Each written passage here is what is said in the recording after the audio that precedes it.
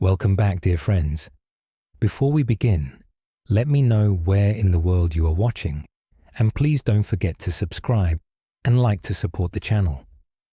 What if every night you're given a message written in a language you've forgotten how to read? What if the answers to your deepest questions about who you are arrive reliably, punctually, every time you close your eyes, but you've lost the ability to understand them? For most of human history, this wasn't a hypothetical question. It was the most urgent philosophical problem imaginable. Our ancestors believed that dreams were not random neural firings or the brain's nightly housekeeping, but something far more significant. They were convinced, with a certainty that shaped entire civilizations, that dreams were the primary gateway to self-knowledge. Tonight, we're going to explore what they knew that we've forgotten. We're going to trace a golden thread that runs from the ancient temples of Mesopotamia through the philosophical academies of Athens, through medieval monasteries and Islamic courts, into Freud's consulting room and Jung's laboratory, and finally into the most cutting-edge neuroscience labs of our own time. This is the story of how philosophy discovered dreams, how it lost them, and why reclaiming this forgotten wisdom might be essential for anyone seeking to truly know themselves. Because here's the uncomfortable truth that modern life has carefully hidden from you. You spend roughly 6 years of your life dreaming. That's 2,190 days, over 52,000 hours in a reality that feels completely real while you're experiencing it. And most of us treat these experiences as meaningless static, neural noise to be ignored and forgotten by breakfast. But what if that's a catastrophic mistake? What if the philosophers were right all along? Let's begin in a place so ancient that when its clay tablets were being written, the pyramids of Egypt hadn't yet been built. In the Sumerian city of Lagash, around 2,100 years before the Common Era, a king named Gudea faced an impossible dilemma. The temple of the god Ningirsu lay in ruins, but Gudea didn't know how to rebuild it. The architectural knowledge had been lost. The sacred proportions were forgotten. So Gudea did what any ruler of his time would do when facing the unknowable. He went to sleep. Not ordinary sleep, but ritual sleep, intentional sleep, the kind of sleep that invites messages from realms beyond the material world. And the message came. In his dream, a figure appeared, so tall that his crown touched the heavens while his feet rested on earth. This divine being held a tablet of precious stone, upon which were drawn the plans for the temple. When Gudea woke, he had the architecture memorized. He had it carved onto a clay cylinder, a record that still exists today, sitting in museums where we can read his words. The god came to him in dream and showed him what to build. This wasn't superstition to Gudea. This was the most reliable form of knowledge available. This was how the universe communicated with those who knew how to listen. The Sumerians developed the first known system of dream interpretation, recording their methods on tablets that date back to 3,100 years before our era. These weren't simple folklore or scattered observations. They were systematic, complex, sophisticated attempts to decode the nightly messages that everyone received. Professional dream interpreters held positions of tremendous power and prestige. Kings didn't make major decisions without consulting these specialists. Battles were planned, marriages arranged, temples built, all based on the guidance received during sleep. We find this same conviction throughout ancient Mesopotamia. In the Epic of Gilgamesh, one of humanity's oldest surviving stories, dreams drive the entire narrative. Gilgamesh has 2 dreams foretelling the arrival of Enkidu, his destined companion. In one dream, something like an axe falls from the sky. People gather around it in wonder and worship. Gilgamesh picks it up, embraces it like a wife, and brings it to his mother. His mother Ninsun, who is skilled in dream interpretation, explains that someone powerful will soon enter his life, someone he will struggle with but ultimately cannot overcome, someone who will never forsake him. And it happens exactly as the dream foretold. Later, Enkidu dreams of the hero's encounter with the terrifying giant Umbaba, guardian of the cedar forest. The dream prepares him for what's coming, reveals strategy, offers courage. Throughout the epic, dreams are treated as more real, more true than waking experience, because dreams, the ancient Mesopotamians believed, came from the gods, from the realm where past, present, and future existed simultaneously, where the boundaries that limited mortal understanding simply didn't apply. This wasn't unique to Mesopotamia. Across the ancient world, from the Indus Valley to the Nile Delta, from the oracle bones of ancient China to the sacred caves of indigenous peoples on every inhabited continent, we find the same pattern. Dreams were treated as the most direct form of communication between the human and the divine, between the conscious and the hidden, between who we think we are and who we actually are. In Egypt, priests specialized in dream interpretation held positions in the temples comparable to today's physicians or Supreme Court justices. The Chester Beatty Papyrus, dating to the Middle Kingdom around 1900 years before the Common Era, contains hundreds of dreams and their meanings. It's essentially a dream dictionary, but its existence tells us something profound. Dreams were considered so important, so consistent in their symbolic language, that professional interpretation required extensive training and standardized reference materials. Egyptian dream interpretation recognized something remarkably modern. They understood that identical dream symbols could mean opposite things depending on the dreamer's circumstances. A dream of death might signify rebirth for one person and literal danger for another. A dream of abundance might reveal greed in a wealthy person, but legitimate aspiration in someone struggling to survive. The meaning wasn't in the symbol alone, but in the relationship between the symbol and the dreamer's life. The practice of intentional dreaming reached its most developed form in what the ancients called incubation.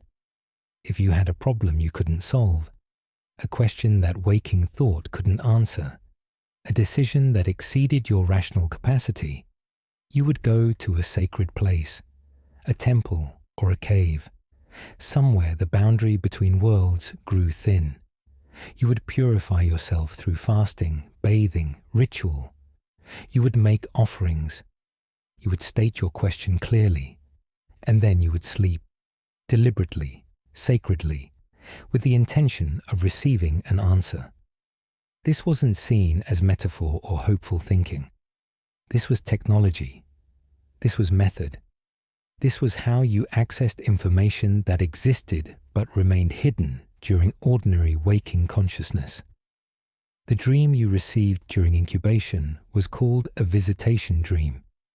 The gods or ancestors or the deeper parts of your own soul that knew more than your waking mind would come and speak to you.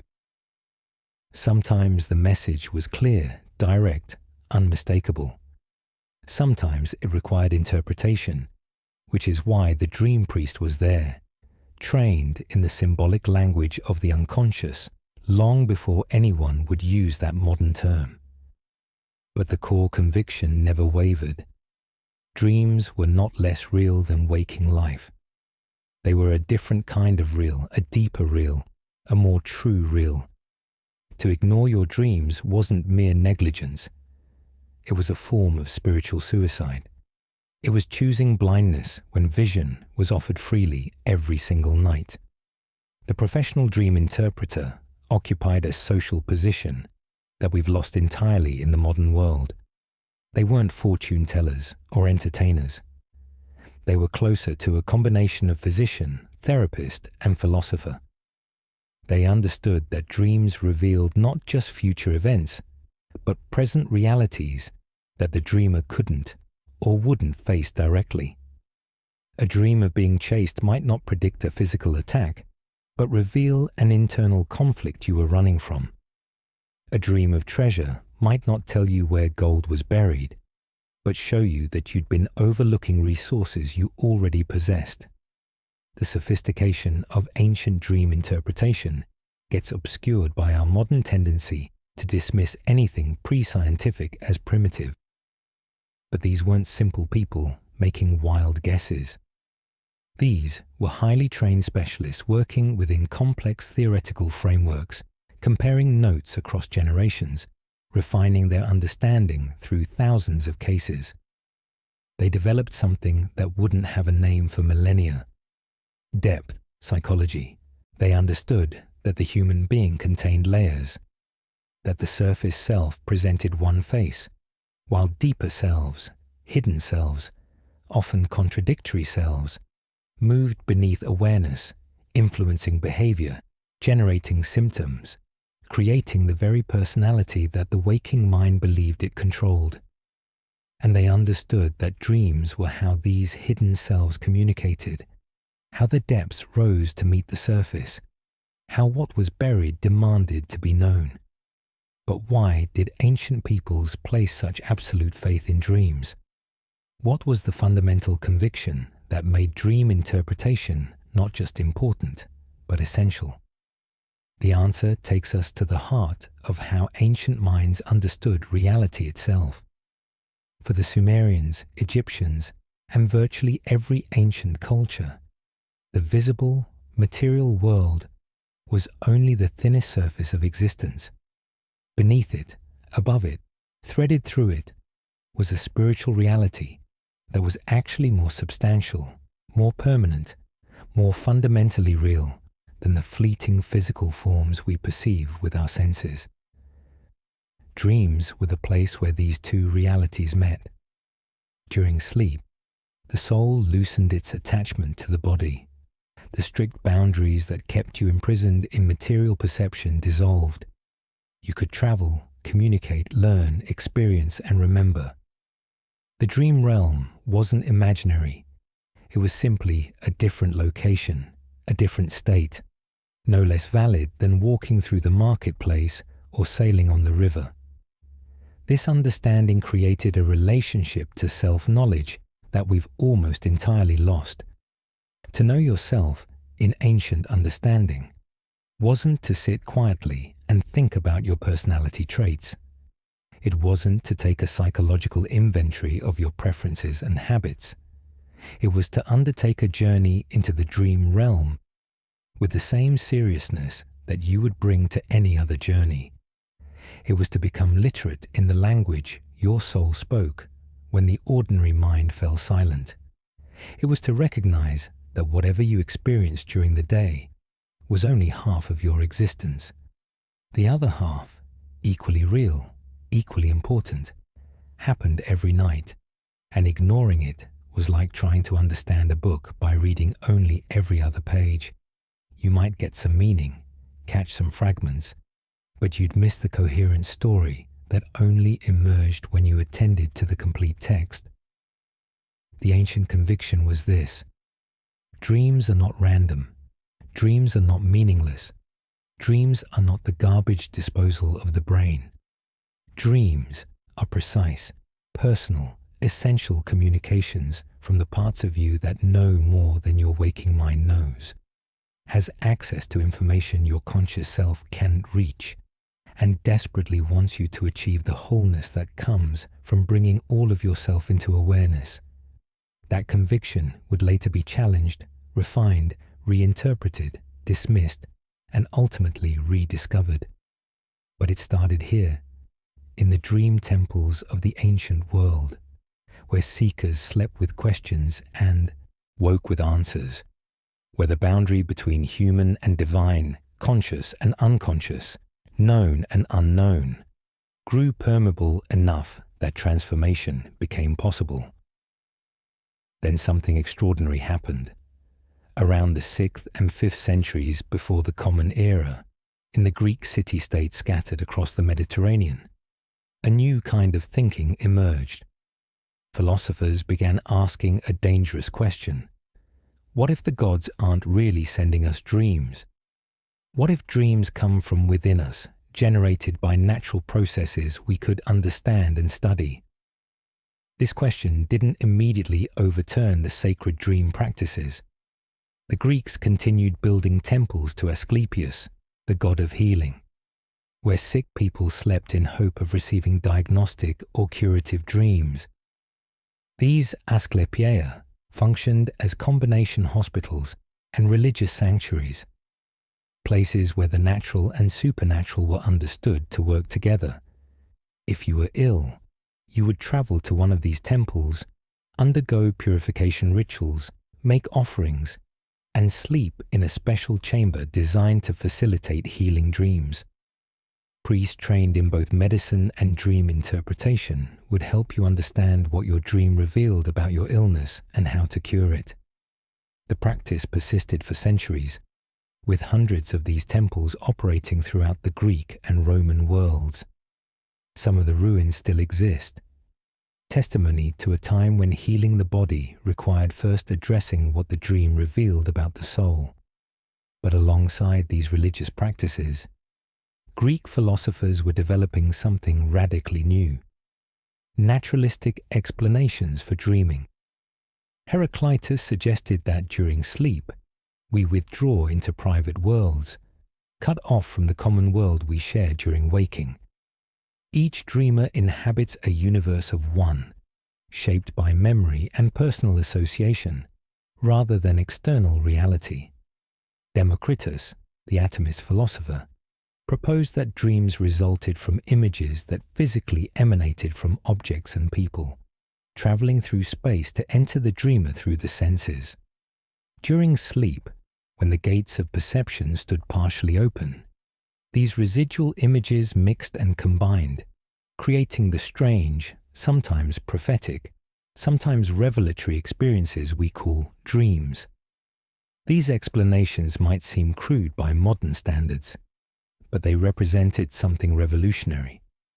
The idea that dreams could be understood through reason, studied systematically, explained without recourse to divine intervention.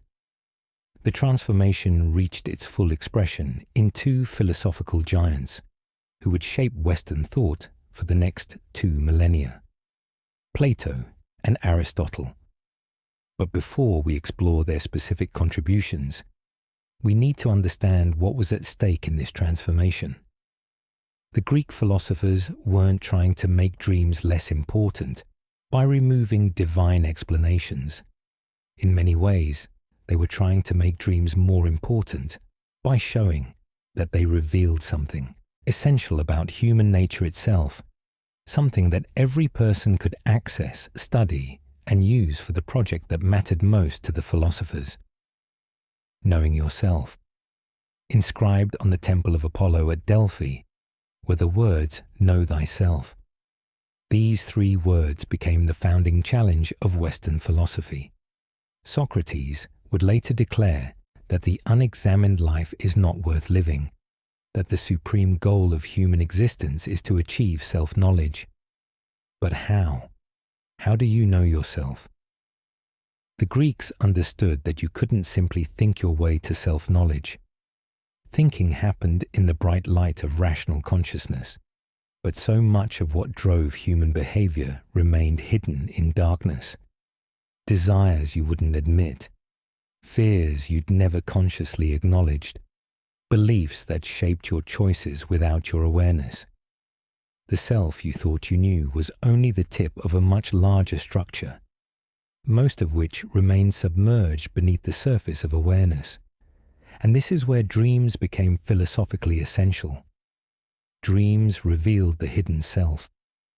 Dreams showed you who you really were, beneath the polite masks, beneath the rational justifications, beneath all the stories you told yourself about your motivations. Dreams were a mirror that couldn't lie, a diagnostic tool that revealed the true condition of the soul. Plato would take this insight and build from it a theory of dreams that anticipated Freud by 2,300 years. Aristotle would create the first truly scientific approach to dream study, establishing principles and asking questions that remain relevant to contemporary neuroscience. Together, they transformed dreams from divine messages into natural phenomena worthy of philosophical investigation. They didn't diminish dreams by naturalizing them. They elevated them by showing that every person, every single night, had access to a form of self-knowledge that exceeded what could be achieved through pure reason alone. The sacred dream didn't disappear in this transformation. It was reimagined, internalized, democratized. You didn't need to travel to a temple and wait for a god to speak. The temple was your own mind. The god was the deeper self that dreams allowed you to access, and the interpretation wasn't handed down by priests, but achieved through philosophical examination, through the disciplined attention to your dreams that was part of the examined life. This Greek transformation changed everything. It made dreams a fit subject for rational inquiry, while preserving their status as essential for self-knowledge. It bridged the gap between religious experience and philosophical investigation. It suggested that the universe within you was as vast and as mysterious as the universe beyond you, and that exploring it through your dreams was not optional for anyone who wanted to live fully and well. Among all the Greek philosophers, Artemidoros of Daldis deserves special mention. Writing in the 2nd century of the Common Era, Artemidoros created the Onera Critica, the most comprehensive dream interpretation manual from the ancient world. This wasn't a mystical text or a collection of superstitions. It was a systematic, almost scientific attempt to catalogue dream symbols and their meanings based on thousands of cases Artemidoros had collected during his travels throughout the Roman Empire.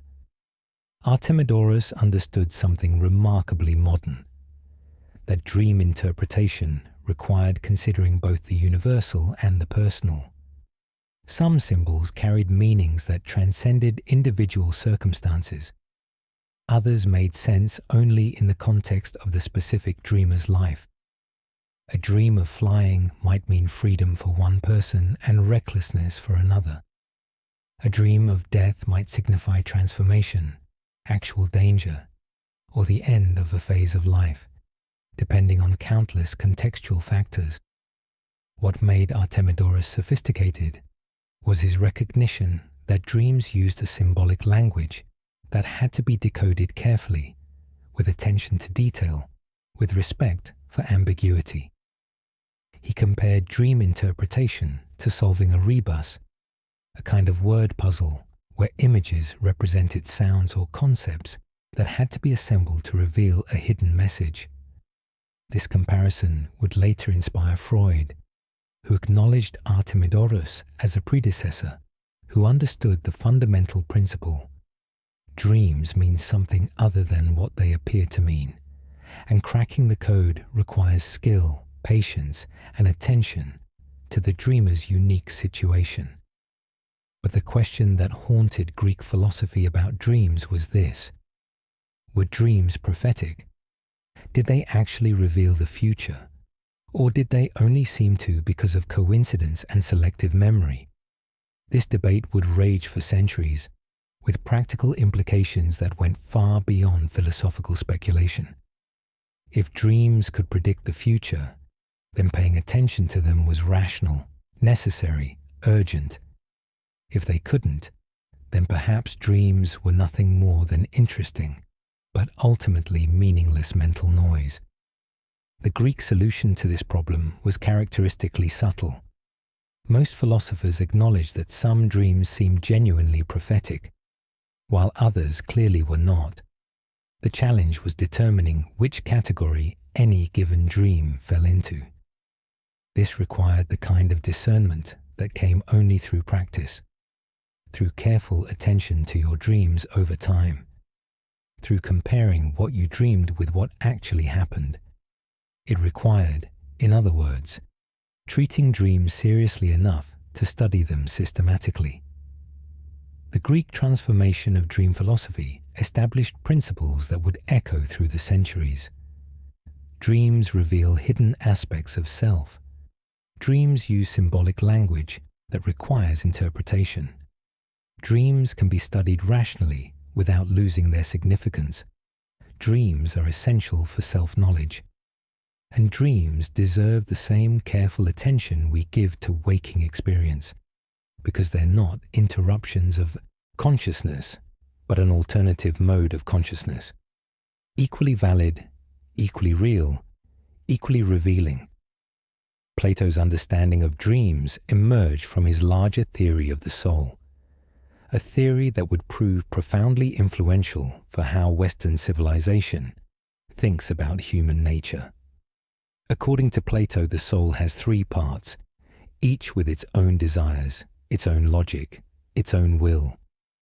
The rational part seeks truth and wisdom. The spirited part seeks honor and excellence. And the appetitive part seeks pleasure, satisfaction of physical desires, immediate gratification. In a healthy soul, these three parts work together in harmony, with reason guiding, spirit supporting, and appetite following. But this harmony is rare and difficult to achieve. More commonly, the parts are in conflict, with appetite demanding what reason knows is foolish, with spirit defending the wrong causes, with reason unable to control the powerful energies of the lower parts. During waking life, reason exerts at least some control. Social expectations, rational planning, fear of consequences, all of these create constraints on what appetite can demand and achieve. But at night, when sleep relaxes the grip of reason, the appetitive soul awakens fully, freed from rational oversight. It reveals itself in its true nature. This is where Plato makes his most striking claim, one that sounds remarkably like what Freud would say 23 centuries later. In dreams, Plato argued, we see desires that we would never acknowledge during waking life, forbidden desires, shameful desires, desires that violate every principle we claim to live by. The person who seems gentle and controlled during the day might murder in their dreams. The person who appears devoted to family might betray them in elaborate dream scenarios. The person who presents themselves as moral and upright might indulge in every kind of transgression once sleep loosens the chains of reason. Plato wasn't suggesting that dreams merely expressed trivial wishes like wanting dessert when you're on a diet. He was pointing to something much darker and more profound.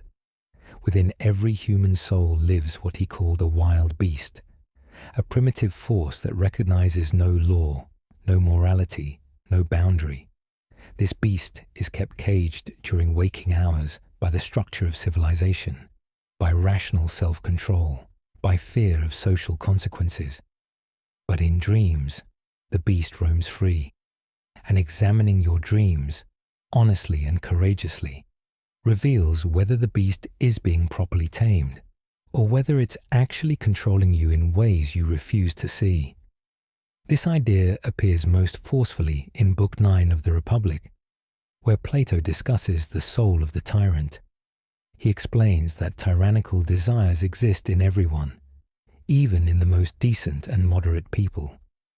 These are desires that violate nature and human law, that transgress every boundary. And the proof that they exist, they appear in dreams, during sleep, when rational control withdraws, when shame falls silent. The tyrannical desires show themselves clearly. You might dream of incest, of murder, of acts so transgressive that you would deny even the possibility that such desires live in you. But the dream doesn't lie. The dream reveals what's actually there, beneath the carefully constructed surface of civilized personality. Now, Plato wasn't claiming that everyone who dreams of transgressive acts would commit them in waking life. The difference between a well-ordered soul and a tyrannical one isn't whether these desires exist, but whether reason maintains control over them.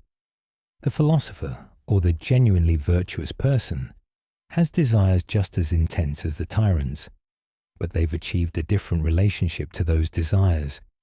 They've looked at them clearly, understood them, and subordinated them to reason. The person who never looks at their dreams, who refuses to acknowledge the desires that appear there, remains vulnerable to being controlled by forces they won't admit exist. This is why dream examination became for Plato an essential spiritual practice. Before sleep, the philosopher should engage in practices that purify the soul, that strengthen reason's control, that reduce the likelihood of being completely overtaken by appetitive desires during the night. Reading philosophy, engaging in rational dialogue, contemplating the forms, all of these activities prepared the soul for sleep, and after waking, the philosopher should examine the dreams that came, not with shame or denial, but with the honest recognition that dreams reveal truths that need to be faced. Plato also recognized something else that sounds remarkably modern, that the content of your dreams reflects your waking character. The person who spends their days in pursuit of wisdom has different dreams than the person who spends their days in pursuit of pleasure or power. The dream life of a philosopher differs fundamentally from the dream life of a tyrant, not because philosophers have achieved some superhuman purity, but because they've worked to establish rational control over the appetitive forces that everyone contains. This meant that dreams served as a diagnostic tool for the examined life. If you claim to be pursuing virtue, but your dreams revealed obsessive concern with wealth or status or physical pleasure, the dreams were telling you something important about the actual condition of your soul. You might fool others with your public performance of virtue, but you couldn't fool your dreams. They revealed the truth that your waking mind might desperately want to hide. Plato's insight into what we would later call repression was remarkably acute. He understood that forbidden desires don't disappear just because we refuse to acknowledge them. They don't evaporate because we find them unacceptable. They remain active, powerful, shaping behavior in ways that remain invisible as long as we refuse to look at them directly. The only way to achieve genuine self-knowledge, the only way to make real progress toward the harmony of soul that constitutes virtue, is to look honestly at what dreams reveal. This requires tremendous courage. It's easier to dismiss dreams as meaningless, to forget them immediately upon waking, to treat them as random noise rather than meaningful communication. But that ease comes at a terrible cost. Remaining a stranger to yourself, controlled by forces you won't admit exist, living a life based on illusions about who you are. Plato's dream philosophy wasn't separate from his ethics, or his metaphysics, or his political theory. It was integral to all of them, because all of his philosophy aimed at the same goal: knowing the truth. Dreams revealed truth about the soul that was otherwise inaccessible. They showed you what you actually desired, not what you claimed to desire. They revealed the real condition of your soul, not the image you presented to others or even to yourself. For anyone serious about philosophy, for anyone committed to the examined life, dreams couldn't be ignored or dismissed. They had to be studied with the same rigor brought to any other philosophical question. The unexamined life wasn't worth living, Socrates had declared. But for Plato, examining your life necessarily included examining your dreams, because dreams revealed dimensions of self that no amount of waking introspection could access.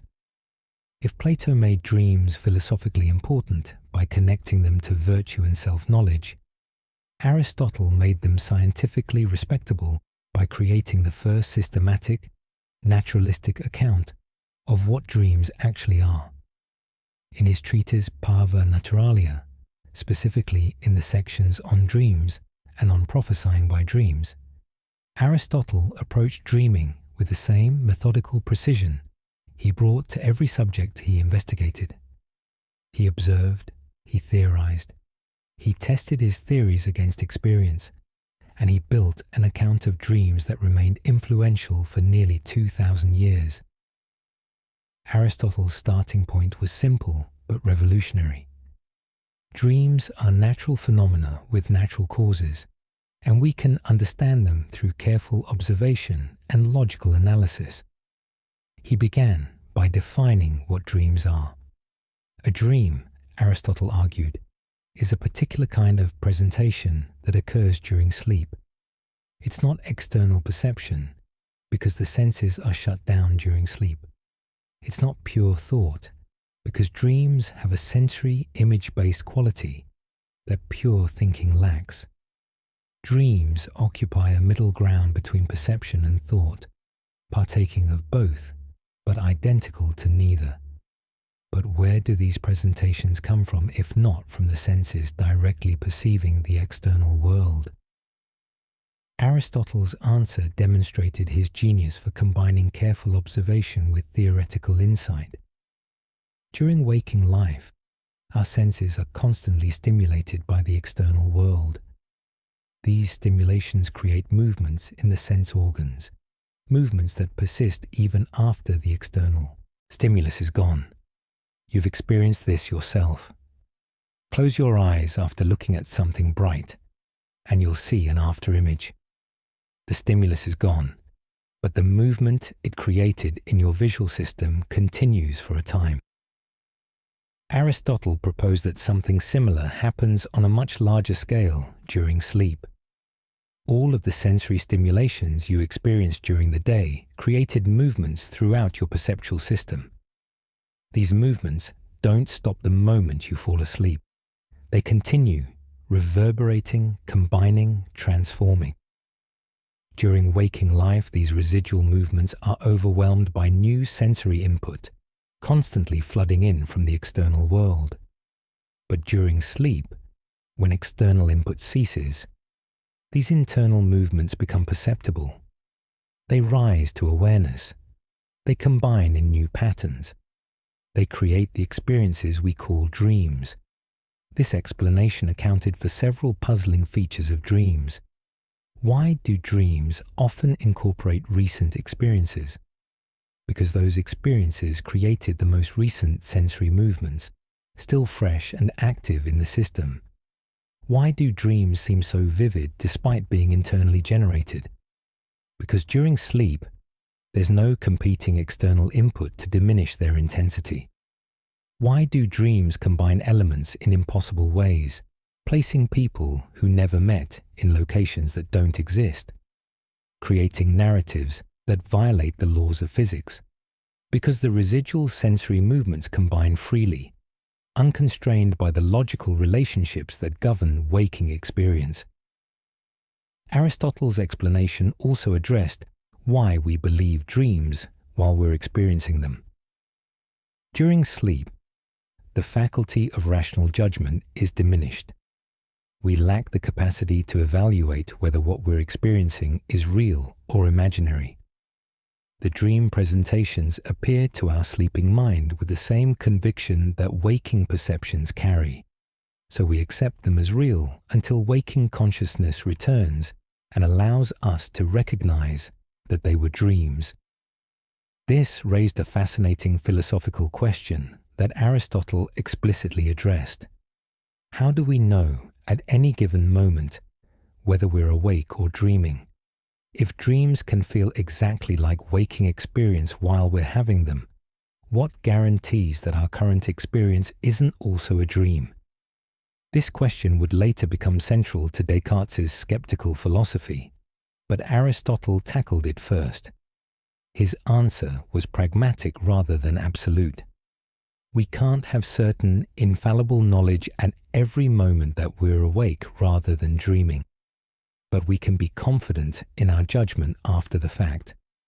The waking world has consistency, continuity, and coherence that dreams lack. Waking experiences connect logically to other waking experiences, while dreams jump disconnectedly from one scenario to another. This means that while you might be deceived in the moment, sustained reflection will reveal the difference. But Aristotle's most fascinating contribution to dream philosophy was his treatment of supposedly prophetic dreams.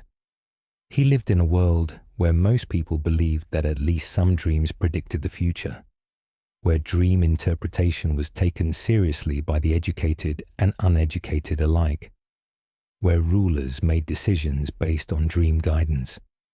Aristotle had to address this belief, and he did so with characteristic subtlety. He divided dreams into three categories. Some dreams are causes of future events. These are dreams that influence the dreamer's behavior in ways that bring about what was dreamed. If you dream of succeeding at some task and wake motivated to pursue it, the dream caused the success by motivating the action. Some dreams are signs of future events. These are dreams that result from internal bodily states that will later manifest as illness. Before you consciously notice symptoms, your body is already changing in ways that affect your dreaming. You might dream of suffocation before developing a respiratory illness, of burning before developing a fever, of paralysis before a neurological problem emerges. The dream doesn't cause the illness or predict it through supernatural means. It's an early sign of changes already underway in the body. And some dreams appear prophetic purely by coincidence. Given that we dream frequently and that dreams cover a wide range of possible events, it's statistically inevitable that some dreams will match future events simply by chance.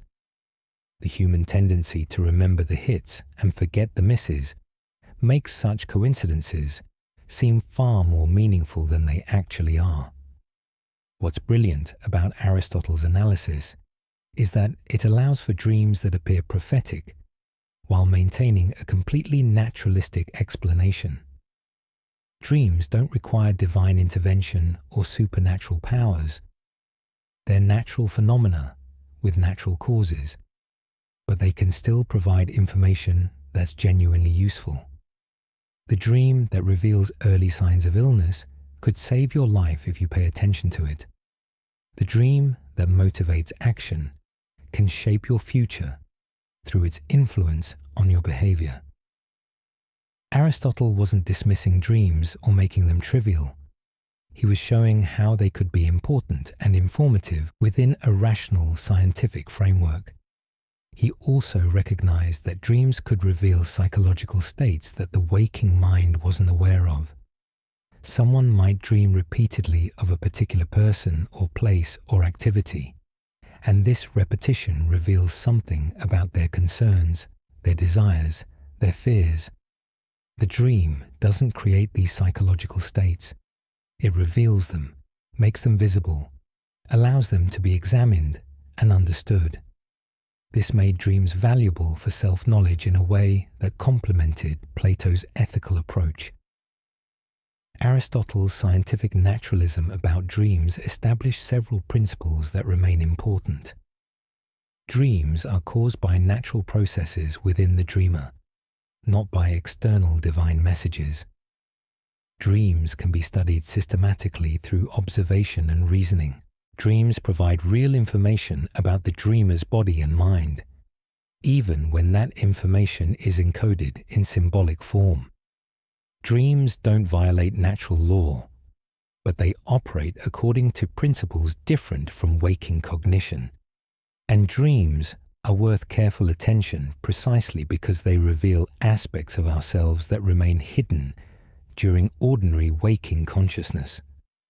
The combination of Plato's ethical insight and Aristotle's scientific approach created a powerful framework for understanding dreams Dreams revealed your character and your hidden desires. Dreams resulted from natural processes that could be understood and studied. Dreams provided information valuable for both physical health and psychological self-knowledge. Dreams deserved serious philosophical attention, not as supernatural mysteries, but as natural phenomena that illuminated the human condition.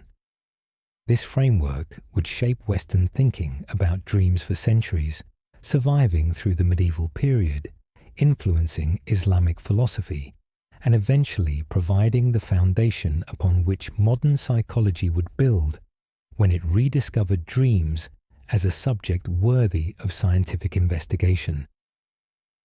When Christianity rose to dominate the intellectual landscape of Europe, dream philosophy faced a crucial moment. Would the new religion reject the pagan Greek approach to dreams? Or would it find ways to absorb and transform that philosophical heritage? The answer turned out to be remarkably complex, creating a synthesis that preserved philosophical dream analysis, while also restoring divine significance to certain dreams. Augustine of Hippo, one of Christianity's most influential thinkers, addressed the question of dreams directly in several of his writings. In a letter written in 415, Augustine tells a story that became famous throughout the medieval period. A physician named Gennadius was skeptical about the soul's existence after death. Then Gennadius had a dream. In this dream, a young man of remarkable appearance approached him and said, "Follow me." Gennadius followed, and the young man led him to a city where he heard singing of extraordinary beauty, unlike anything heard on earth. Gennadius asked what the singing was, and the young man replied that it was the hymns of the blessed. Then Gennadius woke. Some time later, Gennadius had another dream in which the same young man appeared and asked if Gennadius recognized him. Gennadius said yes. He remembered everything from the previous dream. The young man then asked, "Was it in sleep or when awake that you saw what I showed you?" Gennadius answered, "In sleep." The young man continued, "You remember it well. It is true then that you saw these things in sleep, but I would have you know that now also you are seeing in sleep."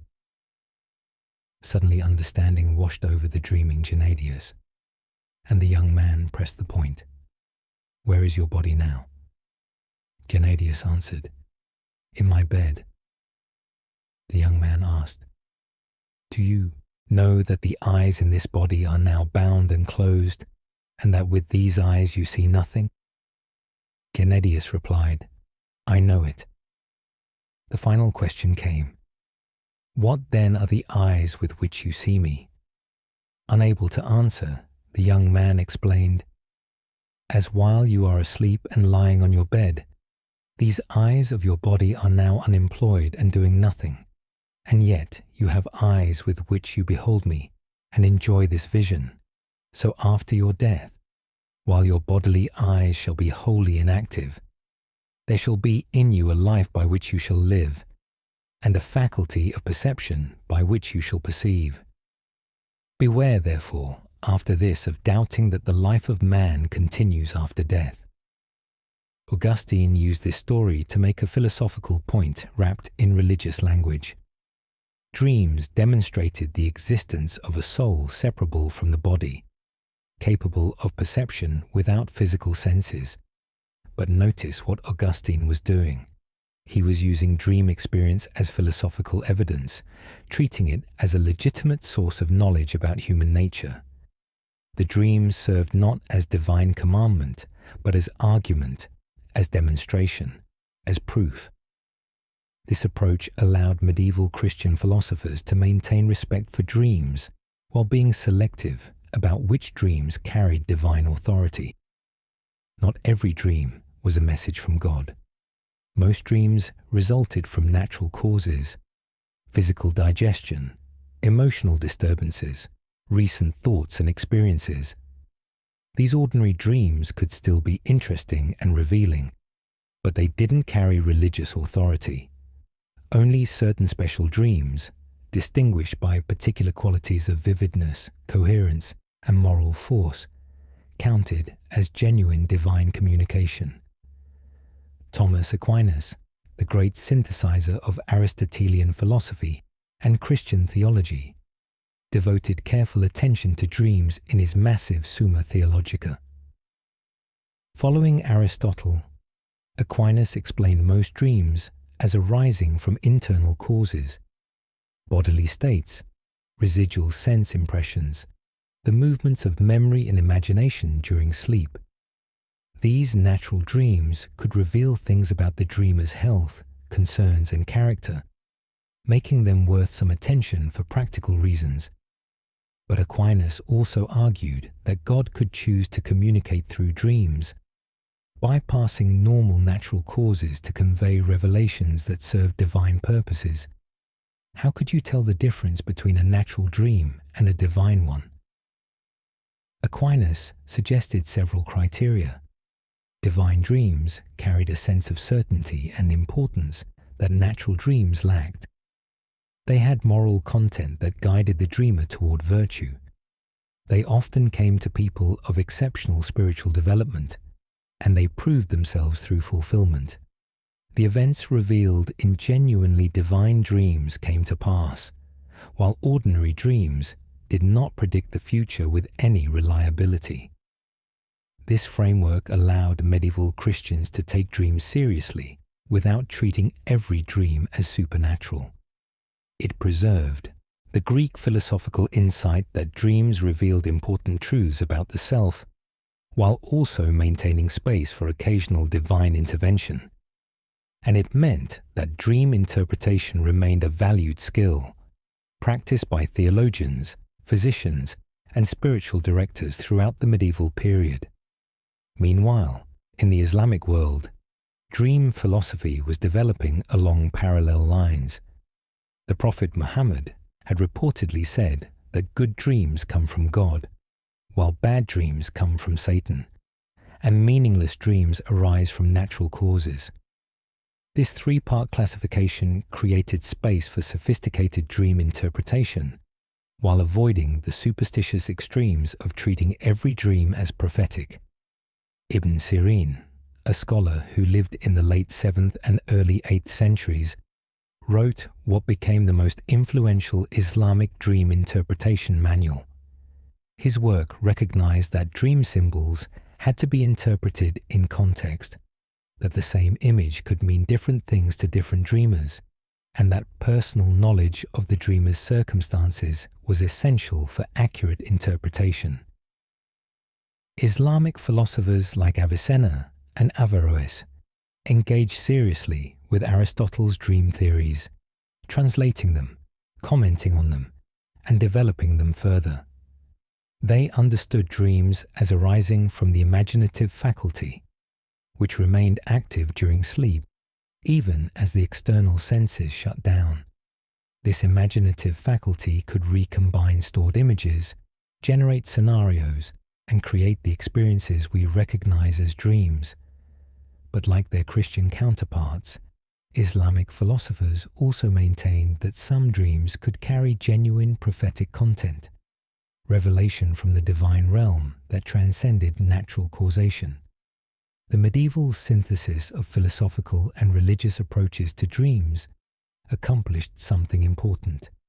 It kept dream analysis intellectually respectable during centuries when it might easily have been dismissed as pagan superstition. By absorbing Aristotle's scientific approach, while making room for religious significance, medieval thinkers ensured that dreams remained a subject of serious thought. They created elaborate systems for classifying dreams, extensive guides for interpretation, and sophisticated theories about the relationship between natural and supernatural causation in dream formation. But this synthesis contained a tension that would eventually pull it apart. As European thought moved toward the scientific revolution and the Enlightenment, the religious framework that had protected philosophical dream analysis would become the very thing that discredited it. dreams would become associated with superstition, with pre-scientific thinking, with everything the new rationality claimed to transcend. And in that transition, Western civilization would lose something that every previous culture had understood, that dreams matter, that they reveal truth, and that self-knowledge requires attending to them seriously. When René Descartes sat by his fire one evening in the 17th century, trying to establish certain foundations for knowledge, he posed a question that would haunt philosophy. How do I know I'm not dreaming right now? Everything I experience while dreaming feels real until I wake up and realize it was a dream. So what guarantees that my current experience isn't also a dream? What certainty can I have about anything if the possibility of dreaming undermines every sensory judgment? Descartes was using dreams as a tool for radical skepticism, a way to doubt everything that could possibly be doubted in order to find what remained indubitable. This philosophical move would have enormous consequences for how Western culture thought about dreams. In ancient and medieval thought, dreams mattered precisely because they revealed truth. But Descartes made dreams the very symbol of deception, uncertainty, and unreliable experience. Dreams became the paradigm case of how we can be completely wrong about reality while feeling completely certain. This shift reflected a broader transformation in European thought. The scientific revolution was teaching that true knowledge came from mathematical reasoning and controlled experiment, not from subjective experience or traditional authority. Dreams were quintessentially subjective. They couldn't be controlled or repeated. They seemed to follow no mathematical laws. They resisted the kind of analysis that was proving so successful in physics and astronomy. If dreams couldn't be studied scientifically, then perhaps they weren't worth studying at all. The Enlightenment's commitment to reason, progress, and empirical investigation left little room for dreams. They seemed like remnants of a pre-scientific worldview, like superstitions that educated people should outgrow. Dreams were irrational, chaotic, disconnected from reality. They were what happened when reason shut down and the mind produced meaningless noise. Philosophers and scientists of the 17th and 18th centuries largely abandoned dreams as a subject of serious inquiry. There were exceptions. Isolated thinkers who continued to find dreams interesting, but they were swimming against the cultural current. The dominant view was that dreams were trivial, that they told you nothing important, that attending to them was a waste of time better spent on waking thought and rational analysis. This dismissal had profound consequences. For the first time in human history, a civilization convinced itself that dreams didn't matter, that they were meaningless static, neural garbage, the brain's nighttime house cleaning with no more significance than the dust swept out of a workshop. Ancient temples where people sought dream guidance fell into ruins or became tourist curiosities. The profession of dream interpreter disappeared entirely from Western culture. The practice of intentional dreaming, of seeking answers through sleep, came to seem like folklore or primitive magic. And the conviction that self-knowledge required attention to dreams was forgotten so completely that when psychology later rediscovered this idea, it would seem revolutionary rather than ancient wisdom reclaimed. But what was lost in this dismissal? The Enlightenment achieved remarkable things. It advanced science, challenged tyranny, promoted individual rights and rational discourse. But in its rush to distinguish itself from pre-scientific thinking, it threw away insights that earlier civilizations had painstakingly developed over millennia. The understanding that human beings contain depths not accessible to conscious introspection alone. The recognition that reason, for all its power, doesn't have complete access to the forces that shape behavior and personality. The practical wisdom that paying attention to your dreams reveals patterns, concerns, conflicts, and possibilities that waking thought overlooks. The knowledge that consciousness comes in multiple modes, and that the dreaming mode, though different from waking rationality, produces its own kind of valid knowledge. The Enlightenment's certainty that only waking reason could produce truth was itself a kind of dogma, a faith claim rather than an empirically tested hypothesis. Earlier philosophers had been more empirically honest. They noticed that dreams revealed things, provided information, generated insights that proved useful when tested against experience.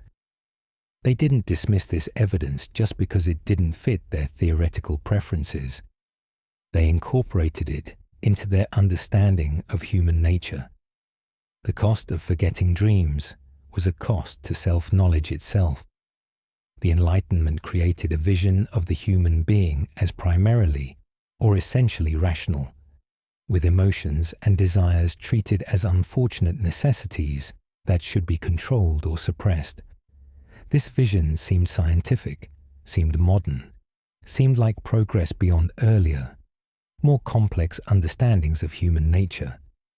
But it was actually a terrible oversimplification, one that would produce centuries of unnecessary suffering as people tried to live according to this false image of themselves. You can see the impoverishment in the literature of the period. Earlier writers used dreams extensively, treating them as sources of insight, as plot devices that revealed character, as genuine mysteries worth exploring. But Enlightenment-era writing tended to treat dreams as either irrelevant or as simple symptoms of madness. The rich symbolic vocabulary that earlier cultures used to discuss dream content was lost. The nuanced understanding of different types of dreams disappeared. The practices and techniques for working with dreams were forgotten. By the 19th century, Western civilization had achieved something that would have seemed impossible to any previous culture. It had convinced itself that 1/3 of human experience, the entire realm of dreaming consciousness, was meaningless. That dreams were just noise, that they deserved no attention, no analysis, no respect, that they were, at best, mildly amusing curiosities, and at worst, signs of a disturbed mind that should be hidden and ignored. This forgetting created a vacuum. The need for self-knowledge didn't disappear just because the culture dismissed dreams. The reality that human beings contain depths beyond conscious access didn't change just because Enlightenment philosophers declared it irrelevant. The fact that dreams reveal truths about personality, conflicts, and possibilities remained true even when the culture refused to acknowledge it. Something had to fill that vacuum. And when it finally came, when someone finally broke through the Enlightenment's dismissal and said that dreams mattered, that they meant something, that they revealed essential truths about human nature, it would seem like a revolution. It would feel like discovering something entirely new. But it wasn't new. It was remembering. It was reclaiming wisdom that had been lost. It was allowing Western civilization to learn again what every previous civilization had known, that dreams are the royal road to self-knowledge. In 1899, a Viennese physician named Sigmund Freud published a book that would change everything. The interpretation of dreams was dense, difficult, filled with case studies and theoretical arguments that many readers found shocking. It sold poorly at first, moving only 600 copies in its first 8 years. But those who read it carefully realized that something extraordinary had happened. Freud had done what seemed impossible. He had made dreams scientifically respectable, while simultaneously revealing them to be far more significant than even the ancient philosophers had understood. Freud's central claim was simple, radical, and backed by hundreds of detailed analyses. Every dream is the fulfillment of a wish, not an obvious wish, not a conscious wish, but a wish nonetheless, a desire that the unconscious mind was attempting to satisfy in symbolic form. Dreams, Freud argued, were the royal road to the unconscious. They provided the most direct access we could achieve to the hidden desires, conflicts, and memories that shape behavior without our awareness. He began with the obvious cases. Children's dreams were often transparent wish fulfillments. A child forbidden dessert dreams of eating sweets. A child who wanted to go on an excursion dreams of taking the trip. These dreams required little interpretation because the wish they fulfilled was simple, and the censorship that would later develop hadn't yet formed.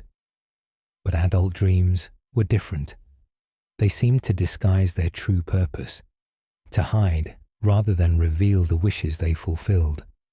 Freud's genius was recognizing that this disguise was itself significant.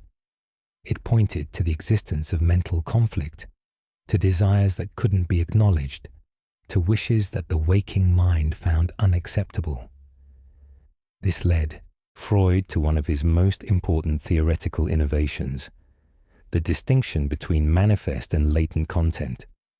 The manifest content is what you remember when you wake up, the actual images and narrative of the dream as experienced. The latent content is the hidden wish that the dream is actually fulfilling. The relationship between manifest and latent content isn't random. The unconscious mind transforms the latent wish into manifest content through specific mechanisms that Freud called dream work. He identified 4 primary processes.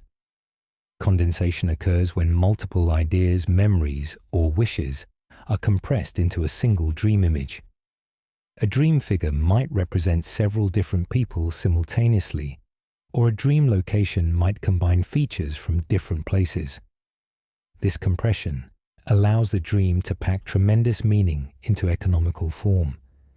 Displacement shifts emotional intensity from its true object to something more acceptable. You might dream of being angry at a stranger when you're actually angry at someone important in your life, someone you can't consciously admit anger toward. The displacement protects you from having to face the real source of the emotion. Symbolization represents abstract ideas or forbidden wishes through concrete images. Sexual desires might appear as climbing stairs, penetrating caves, or riding horses. Aggressive wishes might manifest as thunderstorms, collapsing buildings, or wild animals. The symbols weren't universal in Freud's mature theory.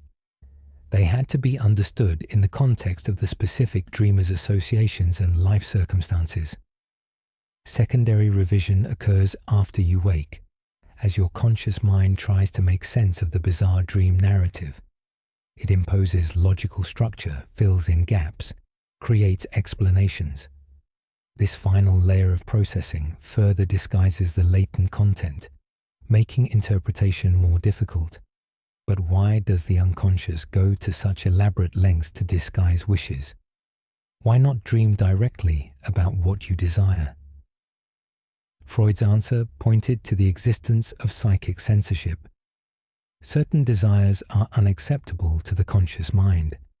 They violate moral standards, contradict your self-image, threaten relationships you value, or simply frighten you with their intensity. The unconscious mind contains these desires, but it can't allow them to surface in recognizable form, because doing so would create overwhelming anxiety that would wake you up. Dreams serve a crucial function. They allow forbidden wishes to achieve symbolic satisfaction while protecting sleep from disruption. The wish gets fulfilled, but in a form so disguised that you can continue sleeping, untroubled by recognition of what you actually desire. This theory explained a puzzling phenomenon. Why do people have unpleasant dreams? If dreams fulfill wishes, Why would anyone dream of failure, humiliation, or disaster? Freud's answer was subtle. Sometimes the unpleasant dream fulfills a wish for punishment. If you harbor desires that create guilt, your unconscious might generate a dream that punishes you, satisfying both the forbidden wish and the need for expiation. Sometimes the unpleasant content is actually satisfying to part of your psyche, even while your conscious self finds it horrifying. And sometimes the dream's unpleasantness results from the conflict between the wish-seeking fulfillment and the censorship trying to prevent its expression. Freud demonstrated his method through his own dreams, most famously, the dream of Irma's injection. In this dream, Freud examines a patient named Irma who isn't responding well to treatment. He's concerned about whether he's made an error. In the dream, he examines her throat and discovers that her condition isn't his fault, but results from a contaminated injection given by another physician. The dream fulfilled Freud's wish to be absolved of responsibility for Irma's condition. It blamed other doctors. It generated evidence that he wasn't at fault, and it did so in such elaborate detail that when Freud woke, he recognized that the dream had performed a kind of wish fulfillment that his waking mind couldn't honestly achieve. This dream convinced him that his theory worked, that dreams really did fulfill wishes through disguised symbolic satisfaction. Modern neuroscience has complicated Freud's picture in important ways. We now know that dreams occur primarily during REM sleep, when certain brain regions are highly active while others, particularly those involved in logical reasoning and reality testing, are relatively quiet. We understand that dreams incorporate recent experiences, consolidate memories, and may serve various cognitive functions that Freud didn't anticipate. But remarkably, research has validated several of Freud's core insights. Dreams do reflect emotional concerns and unresolved conflicts. They do use symbolic and metaphorical thinking rather than literal representation. They do reveal aspects of personality and mental life that conscious introspection doesn't access. And they do respond to psychological states in ways that suggest motivation and meaning rather than mere random neural firing. What Freud accomplished was bringing dreams back from the realm of the dismissed and forgotten into the center of psychological investigation. He showed that dreams deserved the same careful attention that physicians gave to physical symptoms, because dreams were symptoms, just of a different kind. They revealed the condition of the unconscious mind, just as physical symptoms reveal the condition of the body. And just as ignoring physical symptoms could lead to worsening illness, ignoring dream content meant remaining ignorant of psychological conflicts that would eventually create problems in waking life. Freud's restoration of dreams to respectability had enormous cultural impact. Artists, writers, and intellectuals began paying attention to their dreams again. Surrealism emerged as an artistic movement explicitly devoted to expressing unconscious content in ways inspired by dream logic. Psychoanalysis became a cultural phenomenon, and dream interpretation moved from the therapist's consulting room into broader public consciousness. But Freud's theory also had limitations. His emphasis on sexual wishes as the primary content of dream life seemed reductive to many observers. His interpretation methods sometimes seemed to impose meaning rather than discover it, to read predetermined theories into dream content, rather than letting dreams speak for themselves.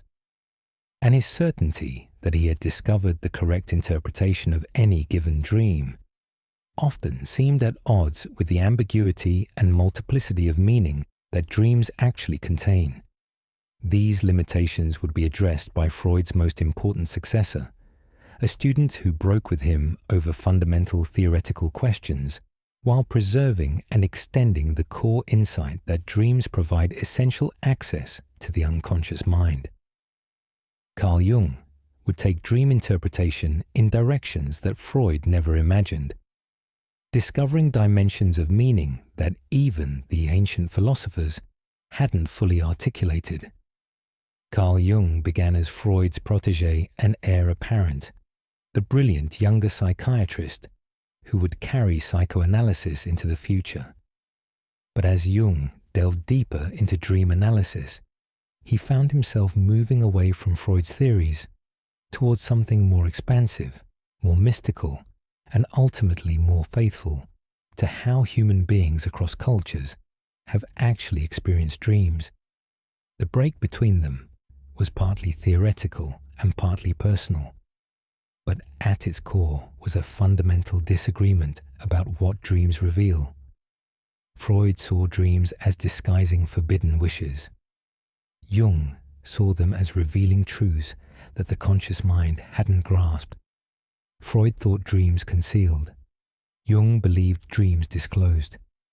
This difference might seem subtle, but it changed everything about how dreams were approached and interpreted. Jung's first major innovation was the concept of the collective unconscious.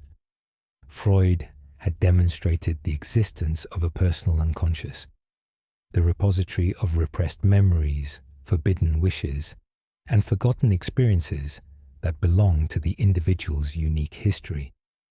But Jung argued that beneath the personal unconscious lay something deeper, something shared by all human beings across cultures and throughout history.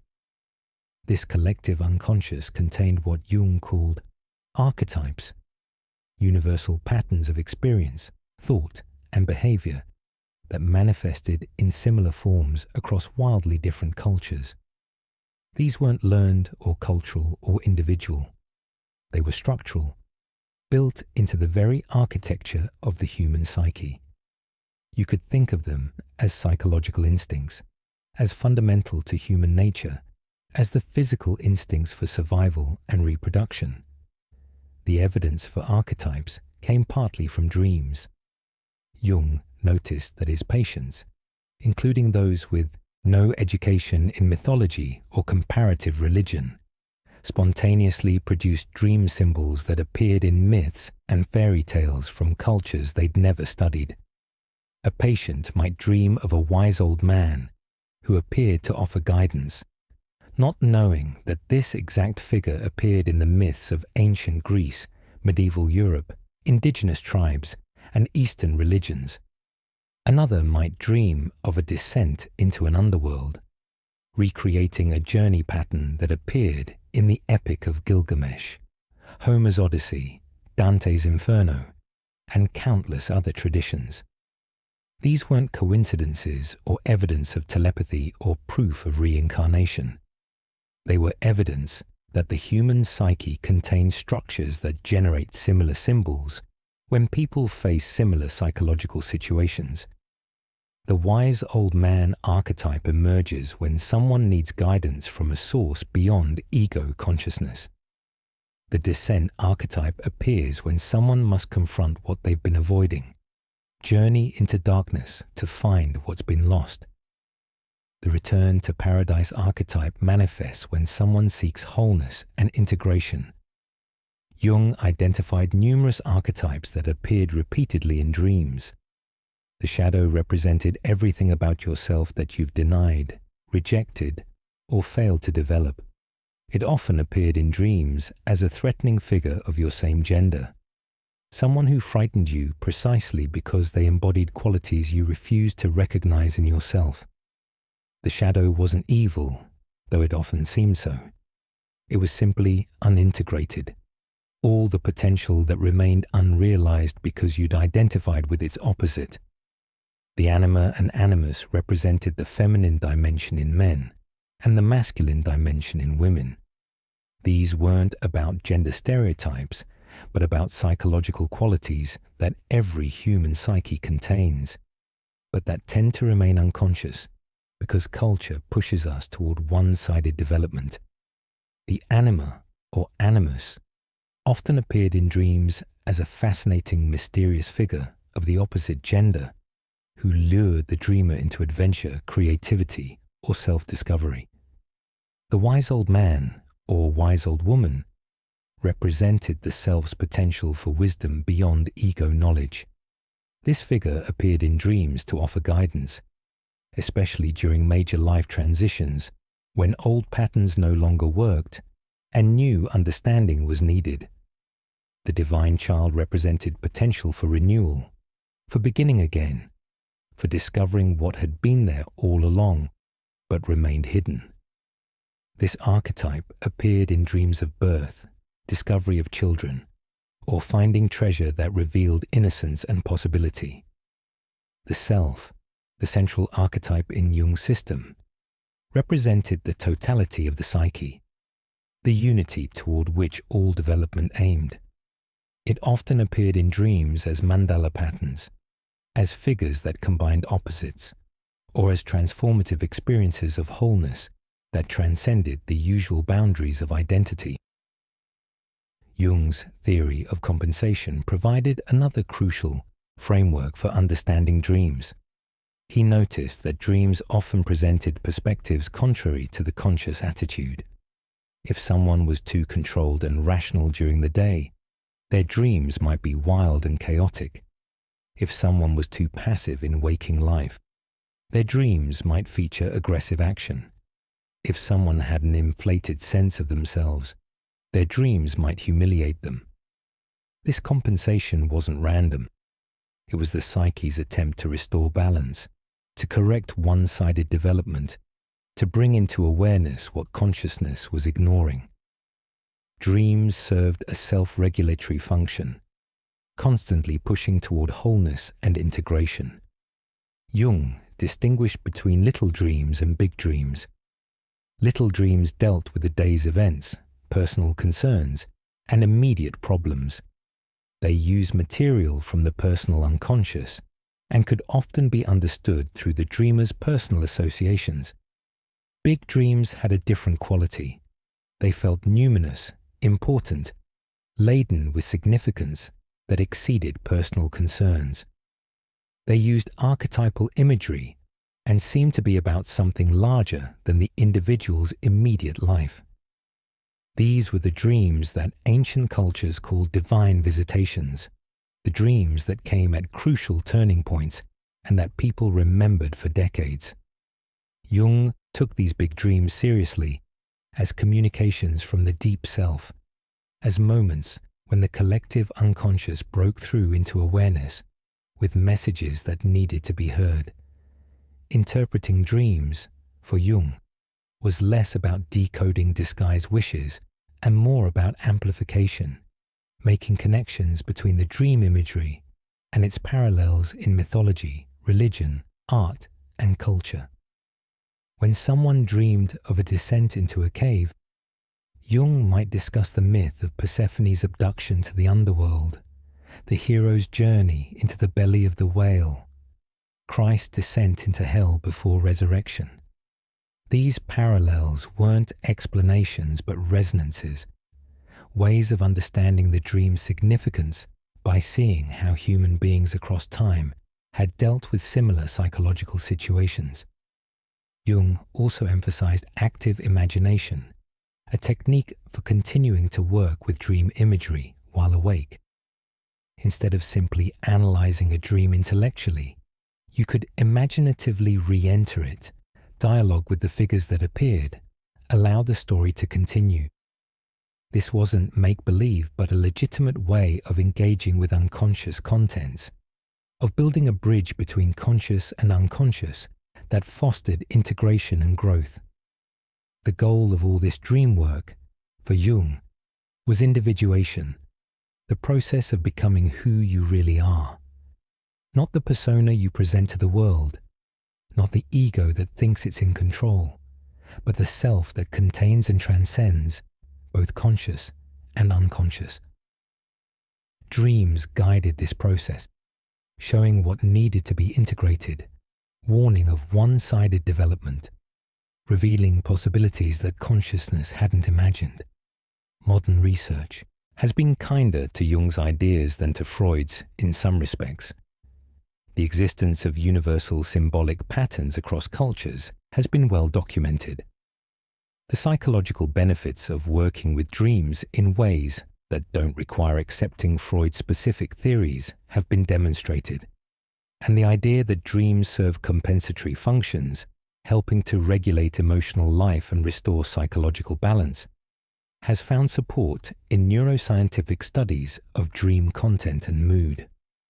What Jung accomplished was recovering something that the ancient world had known, but that Enlightenment rationality had forgotten: that dreams speak in the language of symbol, metaphor, and myth, and that this language reveals truths that literal rational discourse can't capture.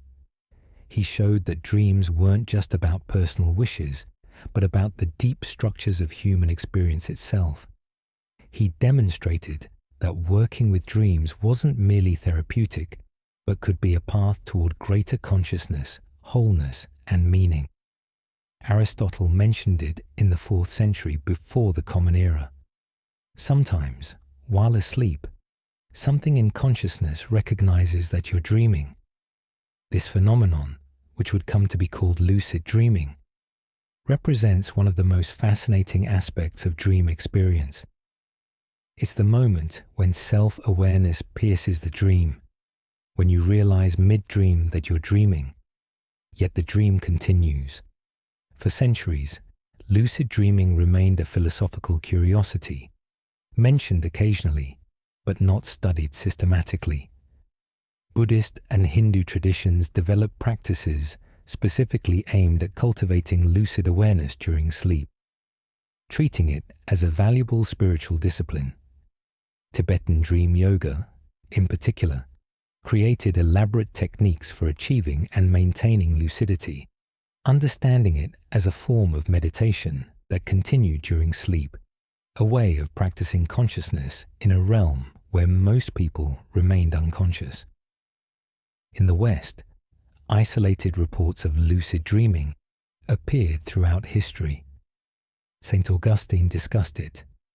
Thomas Aquinas mentioned it. In the 17th century, the physician and philosopher Sir Thomas Browne described his own ability to lucid dream, noting that in dreams he could compose a whole comedy, behold the action, apprehend the jest, and laugh myself awake at the conceits thereof. But lucid dreaming didn't become a subject of serious scientific investigation until the 20th century. In 1913, the Dutch psychiatrist Frederik van Eden coined the term lucid dream to describe dreams in which the dreamer knows they're dreaming. He kept detailed records of his own lucid dreams, noting their distinctive qualities: the clarity of consciousness, the ability to make decisions, the capacity to observe the dream while participating in it, and often a sense of profound wonder at the experience itself. But the real breakthrough came in the 1980s, when Stephen LaBerge at Stanford University developed a method for proving that lucid dreams were real phenomena, rather than false memories created upon waking. LaBerge recognized that during REM sleep, the eye muscles remain active, even though most other muscles are paralyzed. He trained himself to become lucid while dreaming, and then to signal his lucidity by moving his eyes in a predetermined pattern: left, right, left, right. When researchers monitoring his sleep saw these eye movements occur during REM sleep, they had objective proof that LaBerge was conscious and making intentional decisions while dreaming. This changed everything. Suddenly, lucid dreaming wasn't just an interesting anecdote, but a documented phenomenon that demanded scientific explanation. Researchers could now study lucid dreamers in sleep labs, comparing their brain activity during lucid dreams with their activity during ordinary dreams and waking consciousness. What they discovered was remarkable. During lucid dreaming, parts of the brain that are normally deactivated during REM sleep show increased activity. Specifically, the prefrontal cortex, the brain region associated with self-awareness, metacognition, and voluntary control, becomes significantly more active during lucid dreams than during ordinary dreams. The brain essentially achieves a hybrid state. Most of its activity resembles REM sleep, with all the vivid imagery and emotional engagement that characterizes dreaming. But the frontal regions associated with conscious reflection are activated at levels more typical of waking consciousness. This created a puzzle for theories of consciousness. How could someone be both asleep and awake? How could the brain simultaneously generate dream hallucinations and maintain the reflective awareness that characterizes waking cognition? Lucid dreaming seemed to violate the assumed boundary between sleep and waking, suggesting that consciousness doesn't come in neat categories, but in degrees and varieties that are more fluid than traditional theories assumed. The philosophical implications were profound. Lucid dreaming demonstrated that self-awareness isn't an all-or-nothing phenomenon. You can be aware that you're experiencing something while being systematically wrong about what that something is. You can know you're dreaming while the dream continues to unfold with its own autonomous logic. This raised questions about the nature of waking consciousness. If you can be self-aware while dreaming, might waking consciousness itself involve layers of awareness, with the possibility of becoming more conscious, more aware, more awakened to the constructed nature of your experience?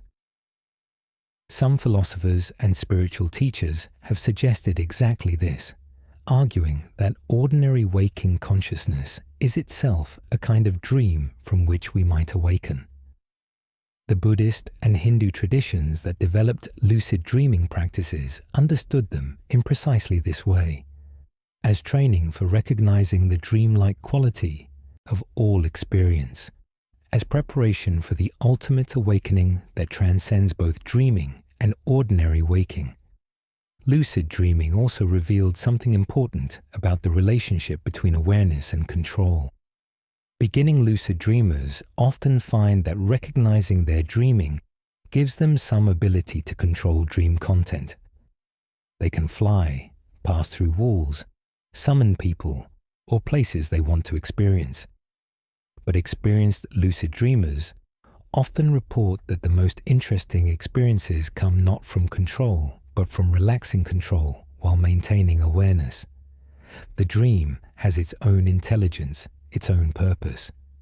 Staying aware while allowing the dream to unfold naturally can lead to encounters and insights that deliberate control would prevent. This mirrors findings from meditation research.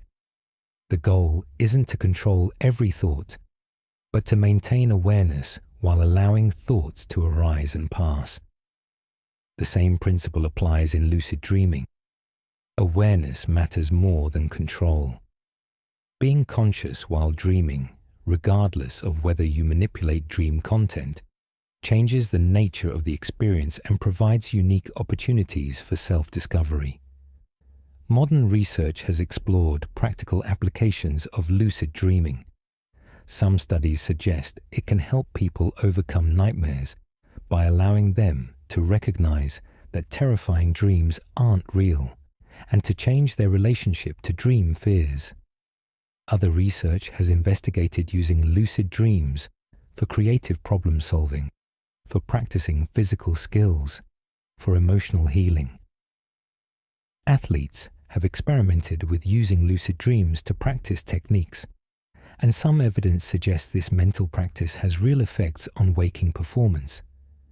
But perhaps the most significant contribution of lucid dreaming research is what it reveals about consciousness itself. The fact that you can be aware of dreaming while dreaming demonstrates that consciousness isn't a simple on-off switch, but a multidimensional phenomenon with varying degrees of awareness, reflection, and self-knowledge. This validates what ancient philosophers intuited, that consciousness comes in different modes, that the dreaming mind isn't simply a less functional version of the waking mind, but a different mode with its own characteristics and possibilities. lucid dreaming also bridges the gap between scientific and contemplative approaches to consciousness. The same phenomenon that can be studied in sleep labs with EEG recordings has been cultivated for centuries through meditation and spiritual practice. The neuroscience illuminates the contemplative traditions, while the contemplative traditions provide sophisticated phenomenological descriptions that neuroscience alone couldn't access. Together, they create a more complete picture of what's possible for human consciousness. This brings us to contemporary philosophy of dreaming, which grapples with questions that ancient philosophers couldn't have imagined while also rediscovering the wisdom that ancient traditions had already achieved. One central debate concerns whether dreams have meaning at all, or whether they're simply the brain's attempt to make sense of random neural activity. The activation synthesis hypothesis, proposed by Alan Hobson and Robert McCarley in the late 1970s, suggested that dreams result from the brainstem sending random signals to the cortex during REM sleep. The cortex, designed to make sense of input, constructs narratives from these random signals, creating the bizarre stories we experience as dreams. This theory seemed to undermine the entire enterprise of dream interpretation. If dreams are random, then looking for meaning in them is like finding shapes in clouds. You're imposing meaning rather than discovering it. But the activation synthesis hypothesis has been refined and challenged in important ways. While it's true that dreams incorporate random elements and that brainstem activity during REM sleep generates much of the sensory content of dreams, research has shown that dream content isn't actually random. Dreams consistently reflect the dreamer's concerns, relationships, emotions, and recent experiences in ways that wouldn't occur if dream formation were purely random. Moreover, the patterns that appear in dreams, the recurring themes and preoccupations, suggest underlying organization rather than mere noise. A more nuanced view has emerged. Dreams result from complex interactions between random neural activity and the brain's meaning-making systems, which draw on memory, emotion, and concerns to construct narratives. The narratives aren't random, even if some of their raw materials are. This means dreams can be meaningfully interpreted, but their meaning comes from how the brain organizes random input rather than from deliberate unconscious communication. Another important theoretical development is the understanding of dreams as memory consolidation. During sleep, the brain processes the day's experiences, deciding what to store in long-term memory and what to discard. This processing generates dream content that incorporates recent experiences, which explains why dreams often feature events from the previous day or two. But memory consolidation theory also suggests that dreams serve important cognitive functions. They help integrate new information with existing knowledge structures, resolve emotional tensions associated with experiences, and creatively recombine elements in ways that can lead to insights and problem solving. Numerous scientists, artists, and inventors have reported that solutions to problems they'd been struggling with came to them in dreams. The chemist Auguste Kekulé discovered the structure of benzene after dreaming of a snake eating its own tail. The songwriter Paul McCartney heard the melody for Yesterday in a dream.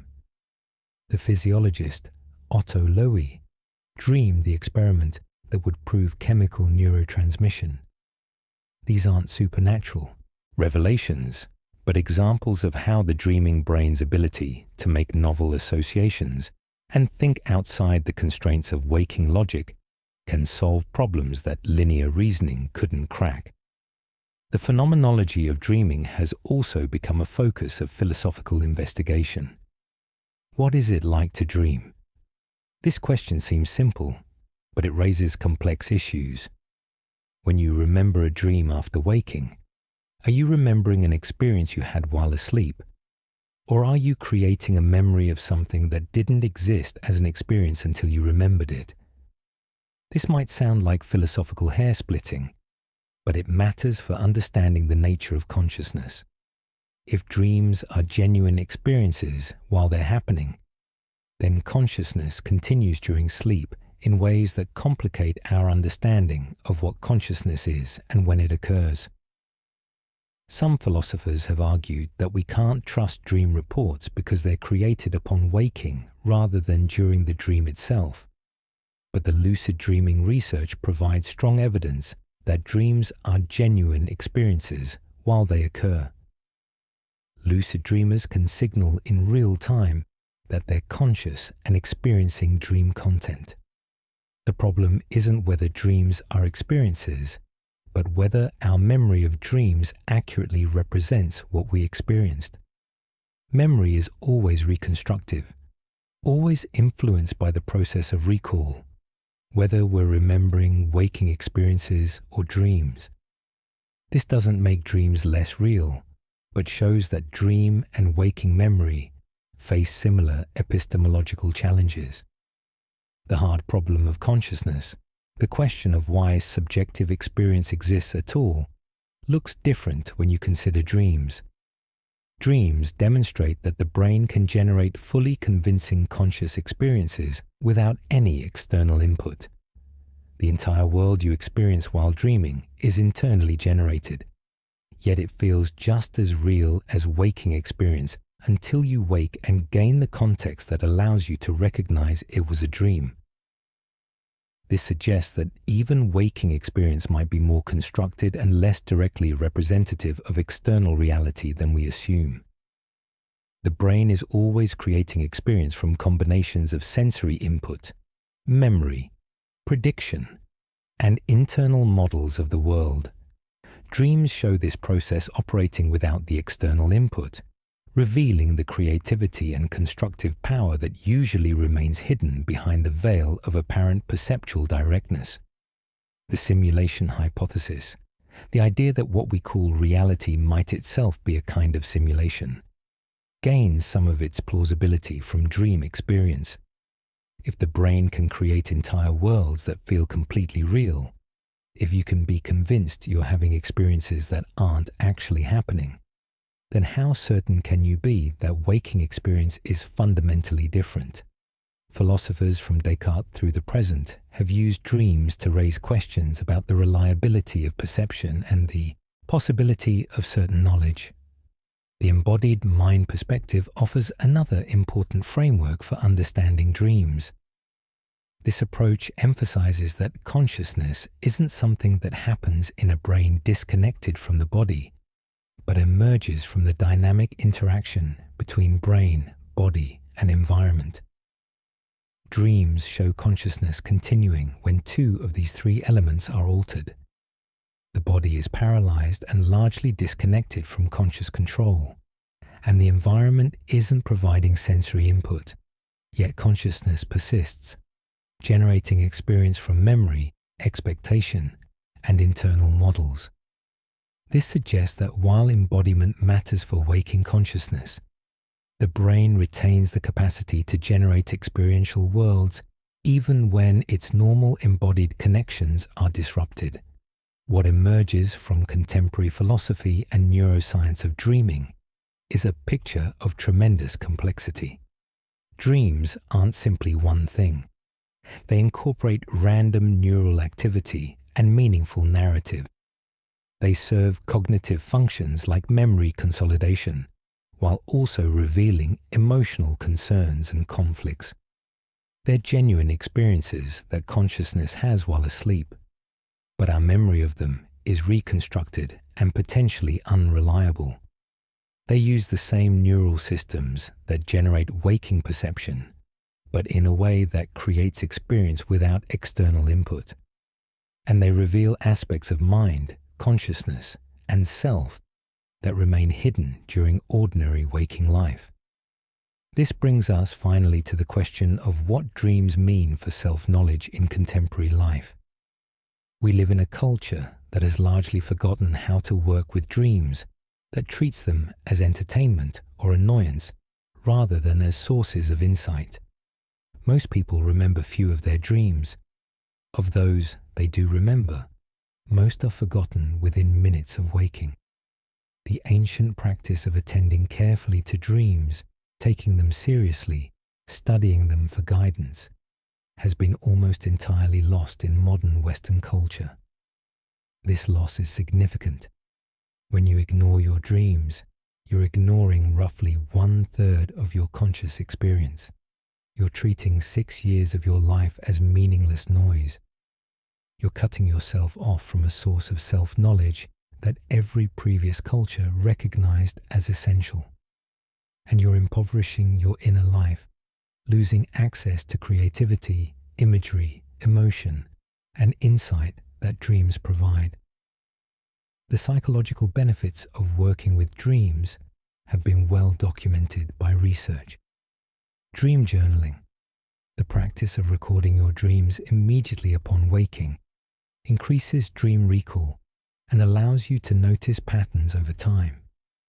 You might discover that certain themes recur, that particular anxieties or conflicts appear repeatedly in different symbolic forms, that your dreams respond to changes in your waking life in ways that reveal how you're actually feeling about those changes beneath the surface story you tell yourself. Recurring dreams often point to unresolved conflicts or unacknowledged patterns. The same situation keeps appearing in different forms because the underlying issue hasn't been addressed. Working with these dreams, trying to understand what they're revealing, can provide insights that lead to resolution. The recurrence often stops once the underlying issue is acknowledged and addressed in waking life. Nightmares, rather than being merely unpleasant experiences to avoid, can serve as invitations to growth. They often reveal fears that you've been avoiding, traumas that need processing, or aspects of yourself that you've been refusing to integrate. Approaching nightmares with curiosity rather than avoidance, trying to understand what they're showing you rather than simply wishing they'd stop, can transform them from torment into teachers. The practice of dream journaling is simple but requires commitment. Keep a notebook and pen beside your bed. Upon waking, before you move or think about the day ahead, try to remember your dreams. Write down whatever you recall, even if it's just fragments or images without clear narrative. Don't worry about whether it makes sense or whether it's important. Just record what you remember. Over time, you'll find that you remember more dreams and in greater detail. You'll start noticing patterns, themes, recurring symbols. You might discover that your dreams are more coherent and meaningful than you'd assumed. You'll certainly develop a richer relationship with your inner life, a stronger connection to parts of yourself that remain hidden during ordinary waking consciousness. But working with dreams requires a particular attitude that contemporary culture doesn't encourage. It requires accepting that you don't always know what things mean, that understanding develops gradually, that ambiguity and mystery are valuable rather than problems to be eliminated. Dreams speak in symbols, metaphors, images. They don't deliver clear literal messages. They suggest, hint, imply, evoke. Learning their language means becoming comfortable with this indirect mode of meaning-making. You also need to approach dreams with humility about interpretation. The meaning of a dream isn't always obvious, even to the dreamer. Multiple interpretations might be valid. The dream might be showing you something you're not ready to understand. Forcing an interpretation, insisting that you've discovered the definitive meaning, often misses the point. Better to live with the dream, carry it with you. Let its meaning emerge over time as you continue to reflect on it. Creative individuals throughout history have recognized dreams as sources of inspiration. Artists, writers, musicians, scientists, inventors, all have used dream content in their work. the Surrealist movement explicitly drew on dream imagery and dream logic. Salvador Dali developed techniques for accessing hypnagogic states, the border between waking and sleeping, to generate images for his paintings. Mary Shelley's Frankenstein came from a dream. Robert Louis Stevenson consciously used his dreams to generate story ideas. The reason dreams fuel creativity is that they operate according to different logic than waking thought. They make unexpected connections, combine elements in novel ways, ignore the constraints of possibility that limit waking imagination. They reveal perspectives that conscious thought wouldn't consider. They generate images and scenarios that can be translated into art, story, music, or scientific hypotheses. But you don't need to be a professional creative to benefit from this aspect of dreaming. Your own life requires creativity, finding solutions to problems, navigating relationships, making decisions about your future. Dreams can help with all of this, not by providing answers directly, but by showing you perspectives you hadn't considered, revealing concerns you'd been ignoring, or generating possibilities you wouldn't have imagined through pure rational thought. The return to taking dreams seriously doesn't require accepting any particular theory about what dreams are or where they come from. You don't need to be a Freudian or a Jungian or a neuroscientist or a mystic to benefit from paying attention to your dreams. You just need to recognize that dreams are part of your experience, that they reveal aspects of your inner life, and that ignoring them means ignoring yourself. The ancient conviction that dreams are essential for self-knowledge wasn't based on supernatural beliefs or pre-scientific superstition. It was based on the empirical observation that dreams show you things you wouldn't otherwise see, that they reveal patterns and concerns and conflicts that remain hidden during waking life, and that attending to them makes you more conscious, more aware, more integrated. That observation remains valid regardless of what theoretical framework you use to explain why it's true. What then have we learned from this journey through millennia of dream philosophy? We've seen the ancient conviction that dreams matter, that they connect material and spiritual realities, that they provide essential guidance for anyone seeking to live well. We've traced the Greek transformation that made dreams a subject of philosophical investigation while preserving their significance for self-knowledge. We've explored Plato's insight that dreams reveal the hidden appetites, and Aristotle's scientific approach that explained dreams through natural causes. We've watched Christianity and Islam absorb philosophical dream analysis while adding religious dimensions. We've witnessed the Enlightenment's dismissal of dreams as meaningless irrationality. We've celebrated Freud's revolutionary restoration of dreams to scientific respectability and Jung's expansion of dream meaning beyond individual psychology to collective patterns. We've examined lucid dreaming's revelation of consciousness as more fluid and multidimensional than traditional theories assumed. And we've surveyed contemporary philosophy and neuroscience's complex understanding of dreams as simultaneously random and meaningful, as serving cognitive functions while revealing emotional truth. What emerges from this long history is a remarkable consistency beneath all the theoretical variation. Whether you're an ancient Mesopotamian priest, a Greek philosopher, a medieval theologian, a psychoanalyst, or a contemporary neuroscientist, if you pay careful attention to dreams, you discover that they're not random, they're not meaningless, and they reveal aspects of the self that waking consciousness doesn't access. The theoretical explanations change, the cultural contexts differ, the specific interpretations vary, but the core insight remains. Dreams matter for self-knowledge. They show you who you are beneath the stories you tell about yourself. They reveal conflicts you've been avoiding desires you won't acknowledge, fears that shape your behavior without your awareness. They generate insights that conscious reasoning couldn't achieve. They connect you to dimensions of experience, creativity, and meaning that pure rationality excludes. This suggests that the nature of consciousness itself is more complex than we usually assume. We're not unified, transparent selves who have complete access to our own minds. We're multi-layered, partially opaque, often self-deceiving creatures who need multiple modes of inquiry to achieve even limited self-knowledge. Dreams provide one crucial mode, a window into the parts of ourselves that remain hidden during waking life. The constructed nature of reality becomes visible through dreams. Everything you experience is the brain's interpretation of data, its best guess about what's happening, its model of the world, rather than direct access to the world itself. This is as true during waking as during dreaming.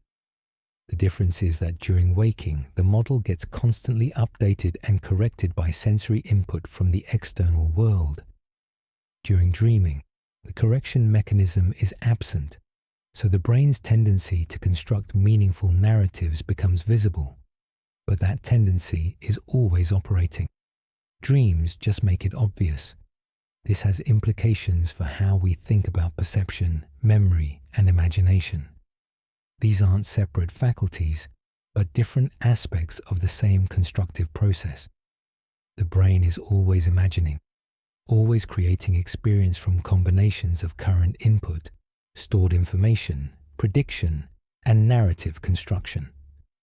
Dreams show this process operating without external constraint, revealing the creativity that's always present, but usually hidden by the demands of accurately representing the external world. The boundary between self and other, between inner and outer, between real and imagined, turns out to be more permeable and uncertain than we like to think. You are not simply a conscious mind that has complete knowledge of itself. You are a complex system, most of which operates outside awareness, generating the behaviors, thoughts, and emotions that you then explain with conscious narratives that are often wrong. Dreams give you partial access to the hidden levels, brief glimpses into the machinery that usually remains invisible. The ethical dimension that Plato recognized remains relevant.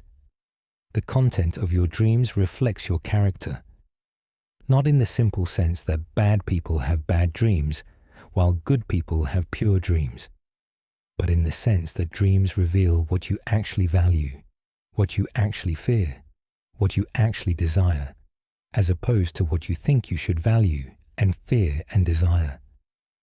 This creates an opportunity for honest self-assessment that's difficult to achieve through conscious introspection alone.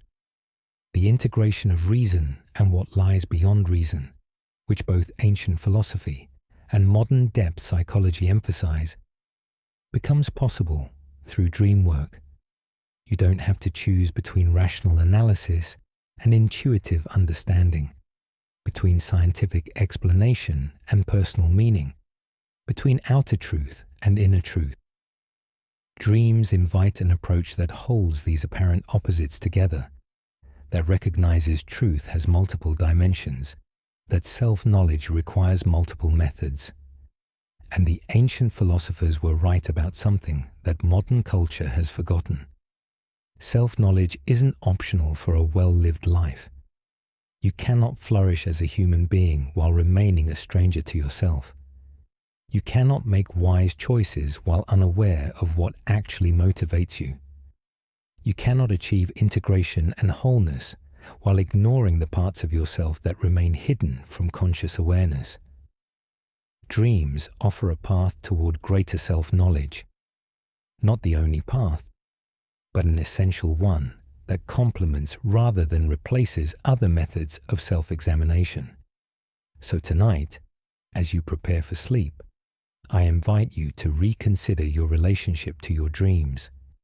You've spent your entire life having them, these strange, vivid, emotional experiences that occur every night and then vanish with the dawn? What if they're not meaningless? What if they're not just noise? What if every night your deeper self is trying to communicate something that your waking mind needs to hear? You don't need to become an expert in dream interpretation. You don't need to accept Freud's theories or Jung's archetypes or any particular framework. You just need to start paying attention, to notice your dreams, to remember them when you can, to carry them with you into the day and reflect on what they might be revealing. Keep a journal beside your bed. When you wake with dream fragments still fresh in your mind, write them down before they dissolve.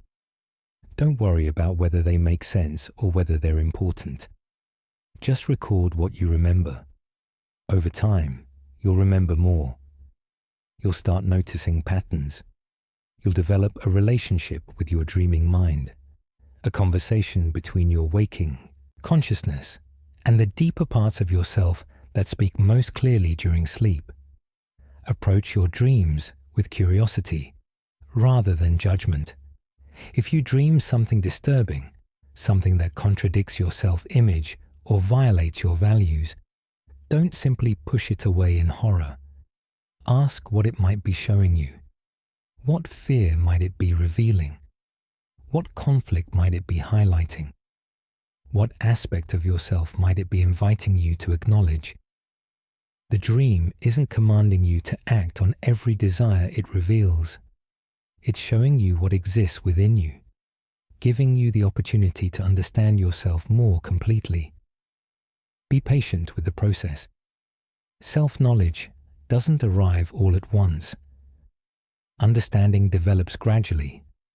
Dreams speak in a language that takes time to learn, a language of image and symbol and metaphor that doesn't translate directly into the literal language of waking discourse. Live with your dreams. Let them work on you. Notice when dream images or themes recur in your waking life, when a dream seems to comment on a situation you're facing, when understanding suddenly clicks into place about a dream you had weeks ago. Accept that some dreams will remain mysterious. Not everything needs to be solved or explained. Mystery itself has value. Not knowing, being comfortable with ambiguity, recognizing that meaning can be present without being completely explicable. These are valuable capacities that dreams can help you develop. And remember that this practice connects you to something ancient and universal. You're joining a conversation that stretches back to the very beginning of civilization, to the earliest human attempts to understand what it means to be conscious, to be self-aware, to be human. Every culture before ours knew that dreams mattered. They developed sophisticated methods for working with dreams precisely because they discovered, through generations of careful attention, that dreams reveal truth. The modern dismissal of dreams is the anomaly, not the ancient conviction of their significance. We've traced the golden thread from Sumerian dream temples through Greek philosophy, from Freud's consulting room, through contemporary neuroscience labs. That thread leads back to you, to your bed, to your sleep tonight and every night. The ancient wisdom and the modern science converge on the same insight. Dreams are a path to self-knowledge, an essential path that you ignore at your own impoverishment. Tonight, when you close your eyes and drift towards sleep, you're embarking on a journey, not a metaphorical journey, but an actual journey into another mode of consciousness, another way of experiencing and knowing. For the next few hours, you'll live in a world created entirely by your own mind, a world that reveals your concerns, your conflicts, your creativity, your depth. The question isn't whether this journey happens. It happens every night, whether you pay attention or not. The question is whether you'll remember it, whether you'll learn from it, whether you'll allow it to enrich your waking life with the insights it offers. The ancient philosophers understood that knowing yourself required attending to both day and night. both waking and dreaming, both the conscious surface and the unconscious depths. They understood that you're far more than you consciously realize, that vast territories of experience and possibility remain hidden until you learn to access them. They understood that dreams are the royal road to those hidden territories, the path that leads from the small self you think you are to the larger self you actually are. So rest well tonight. Dream deeply, and when you wake, pause before the dream fades. Notice what visited you during the night. Write it down. Carry it with you. Let it work its slow transformation. You're engaging in a practice as old as consciousness itself, reclaiming a wisdom that was never truly lost, just temporarily forgotten. May your dreams tonight speak clearly. May you remember them vividly. And may they guide you toward the self-knowledge that every philosopher, from ancient temples to modern laboratories, has recognized as the foundation of a life well lived. Sweet dreams, my friends.